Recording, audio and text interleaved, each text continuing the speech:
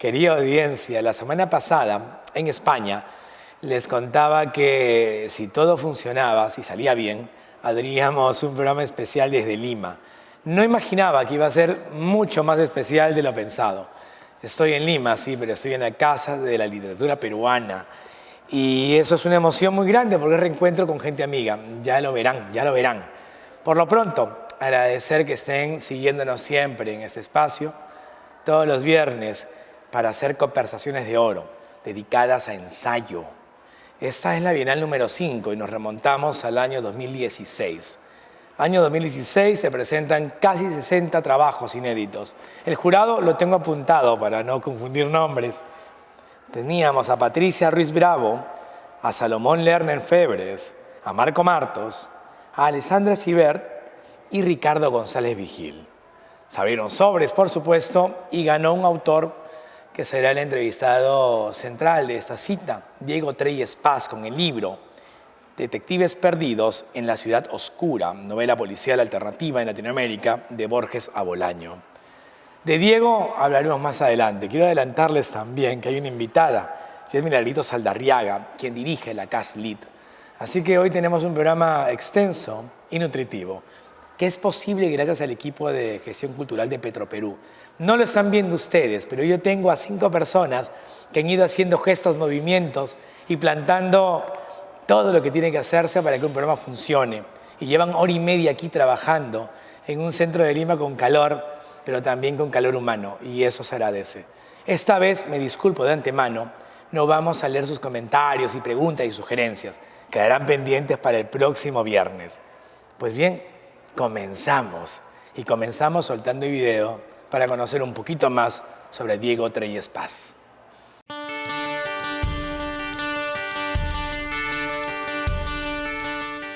Diego Treyes Paz nació en Lima en 1977. Estudió cine y periodismo en Lima. Hizo el máster en teorías y prácticas del lenguaje y de las artes en París y se doctoró en literatura hispanoamericana por la Universidad de Texas, en Austin. Ha publicado los libros de cuentos Hudson el Redentor y Adormecer a los Felices. Además, las novelas El Círculo de los Escritores Asesinos, Bioy y La Procesión Infinita. Su literatura ha sido traducida al francés, inglés, italiano y húngaro. Además, Diego Treyes Paz es un muy celebrado antologador. Por ejemplo, su antología de nueva narrativa latinoamericana, El futuro no es nuestro, fue publicada en 8 países del ámbito latinoamericano y europeo. Y, como este título, varios más para Estados Unidos de América y Francia. Ha sido profesor de literatura, cine, comunicaciones y estética en Binghamton University, en la Universidad Católica del Perú y en la Universidad de Lima. Actualmente reside en París. Diego Treyes Paz, finalista del Premio Rómulo Gallegos, finalista del Premio Arralde, ganador del Premio Francisco Casabella.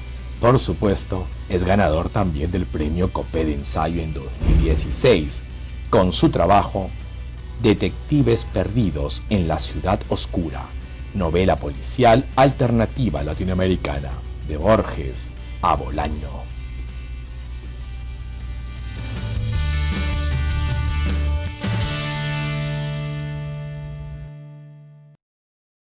Diego Treyes, un abrazote hasta París. Encantado, Juanma. Muy feliz de estar contigo y conversando acá en conversaciones, que es un honor para mí. Es un honor para mí estar aquí y agradezco la invitación. Además, para mí es una oportunidad de conversar contigo después de mucho tiempo. No nos hemos cruzado mucho en el camino para conversar y bueno, que sea el Zoom la oportunidad, compadre. Gracias por aceptar la invitación. Gracias a ti, gracias a ti. Es el primer programa de este año que voy a hacerlo con el libro físico, en mano. Los demás ha sido lectura en PDF y venir a Lima y comenzar a leerte de nuevo ha sido un gustazo.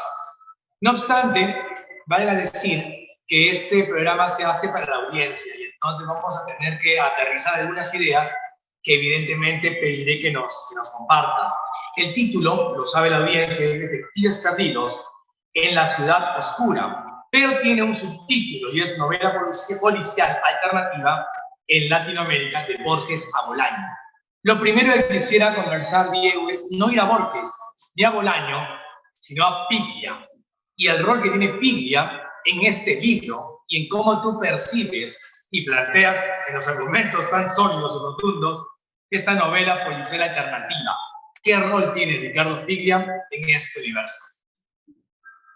Bueno, Piglia es clave, ¿no? Piglia es clave no solamente para mi teoría, sino para la literatura policial y su llegada a América Latina, ¿no? Él no como los autores que yo investigo, no es un autor policial, no es un autor de género, pero es un autor que ha leído toda su vida novelas policiales, que ha hecho prólogos, que conoce muy bien el género y que sabe también cómo deformarlo, ¿no? Piglia es muy importante, fue muy importante para mí porque él da la clave que une la ficción con lo teórico, ¿no?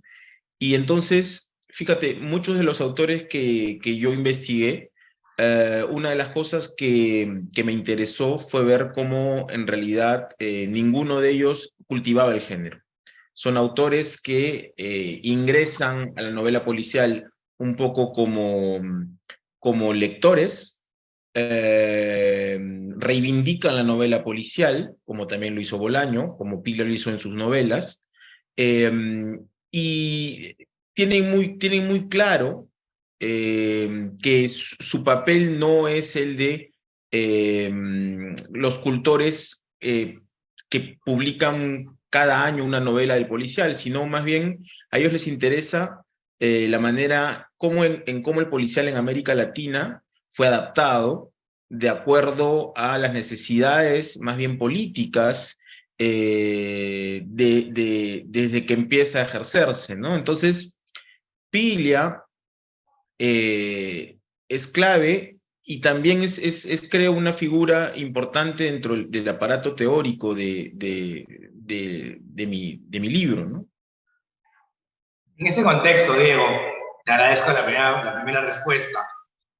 Uno comienza a descubrir de tal modo que uno siente también tu propio descubrimiento en la escritura de esta investigación, de este trabajo, como claro, estamos acostumbrados a leer en la novela policial anglosajona que el detective suele ser un hombre brillante, atractivo y lúcido, y eso es un gancho permanente. Y entonces, tu libro vamos acercándonos a otra forma de acercamiento y esa es la idea alternativa. ¿Podrías ayudar para la audiencia a desarrollar este concepto de novela policial alternativa frente a esos referentes ya mencionados? Bueno, la novela policial alternativa surge precisamente de el contraste entre lo que propone la novela policial clásica y la novela policial más adelante, hard-boiled o dura, con las difíciles realidades latinoamericanas, donde era difícil que fuera cultivada tal como se formuló.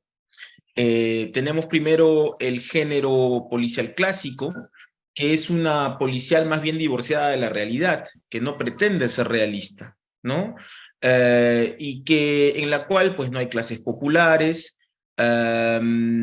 o si están en papeles como de sirvientes. El clásico Who Done It, o quién lo hizo, está organizado sobre la base de quién mata a una persona y el lector es el encargado de ir descubriendo cómo ocurrió y quién fue, ¿no? La novela policial genera una adicción, ¿no? Y una de las cosas más interesantes es cómo estos autores que van cultivando una novela policial distinta van rompiendo con las expectativas de los lectores. Entonces, lo que yo hice fue darme cuenta cómo autores como no solamente Piglia, sino Bolaño, y mucho antes, desde Borges, pasando por Puig, pasando por... hay una serie enorme de autores que yo veo, y vamos viendo cómo ellos se acercan al policial de acuerdo a la necesidad de mostrar esta novela, estos cuentos, de acuerdo a una sociedad que más bien tiene muchos problemas para concebir novelas donde la justicia al final funcione, donde se atrape al verdadero criminal y donde este criminal pues sea juzgado. Entonces, este divorcio se da desde el inicio, ¿no? Este divorcio se da desde el inicio. Hay que recordar que cuando el género policial entra a América Latina, pues son pastiches básicamente. Y lo que estamos viendo son, por ejemplo, autores que por necesidades editoriales usan seudónimos extranjeros, adaptan sus historias a Nueva York o a París, pese a que las escriben en Latinoamérica. Y bueno, pues yo lo que me di cuenta es, básicamente me planteaba una cosa, ¿no? Es cómo es que este género se adapta a Latinoamérica y a una Latinoamérica donde más bien la policía es vista como amenazante. Es una América Latina que tiene un historial de dictaduras, de torturas, de desapariciones, donde la figura del detective es más bien una entelequia, ¿no? Salvo en Argentina, en otros países, en Perú, imagínate, hasta los policías están buscando a veces cómo financiar sus uniformes y sus balas, ¿no? Entonces, me di cuenta que era posible la novela policial, pero adaptándola a las necesidades de verosimilitud que necesitaba un lector de nuestros países, ¿no? Y hay una serie de novelas que sin ser policiales, sin declararse abiertamente policiales, de hecho,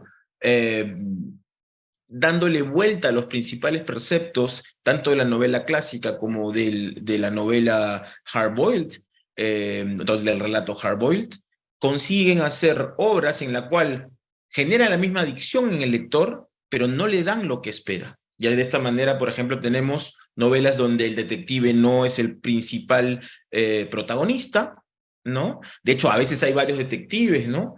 Como, claro, hay varios detectives, como en Las Muertas de Ibargüengoitia, ¿no? Por ejemplo, ¿no? O como en Los Albañiles de Leñero. Entonces, ya el detective no es el foco, tenemos finales abiertos, ¿no? Tenemos una presencia de distintas enigmas, o que la novela no está relacionada al enigma de un asesinato, por ejemplo. En Los Detectives Salvajes de Roberto Bolaño, vemos que hay un enigma fundamental sobre el cual se forman todas las historias, que es ¿dónde está Cesárea Tinajero, ¿no? La poeta perdida que buscan los detectives salvajes, ¿no? Entonces, todo esto va enarbolando este género o antigénero que yo propuse, un poco para darle orden a estas novelas que estaban como indefinidas, estos relatos que estaban como indefinidos y que coqueteaban con el policial, sin embargo, para torcerlo, ¿no? Para torcerlo, ¿no? Entonces, es muy interesante porque a partir de eso se arma un montón de libros que estaban pululando, ¿no? Como policial o no policial, como aparentemente policial, y que yo decidí, pues, trabajarlos dentro de un corpus, ¿no? Una de las cosas que son esenciales de trabajos como este es lo último que has dicho, es fundamental. Y es que a veces no sabemos cómo acercarnos a un conjunto de novelas e incluso cómo hacerla dialogar con una tradición particular. Y trabajos como el tuyo nos permiten dar las pistas para entrar a esos libros y también emparentarlos con otros, filiarlos con otros más. Y me gustaría recordar a la audiencia que mientras vamos conversando con Diego pueden acceder a la lectura online de Detectives Perdidos en la Ciudad Oscura. Ahora, Diego ha mencionado una serie de autores que son fuentes de referencia clave para nosotros en la literatura y la lectura en América Latina. Pero a mí me genera dos preguntas. Tú comentas también en el trabajo la necesidad de acotar el corpus y que este corpus va sobre todo a Argentina, México, y que incluso, claro, acotado el corpus, es un corpus que conversaría mejor con Brasil, con España, y no, por supuesto, con Dinamarca o Irán. ¿Qué tan complejo fue la decisión de acotar el corpus, no solamente de autores, sino incluso temporal. Y en ese sentido, ¿qué rol cumple La muerte y la brújula de Borges? La muerte de brújula es fundacional, ¿no? Porque vemos por primera vez lo que en esa época los teóricos llaman novela policial o relato policial metafísico. Y yo te hablaba al comienzo de cómo la novela policial, que es vista siempre como un género menor, un género de leer a puerta cerrada, ¿no? No de la literatura con mayúsculas, sino de la literatura que se vende en kioscos, ¿verdad? Y que llega a un público masivo, porque era verdad, ¿no? La literatura policial siempre fue masiva. En el Perú no, por ejemplo, que no está en mi libro, pero sí en otros países de América Latina llegó como mimética, ¿no? Es decir, yo te he hablado de cómo se adaptó, ¿verdad? Y se adaptó, es verdad, y se adaptó, es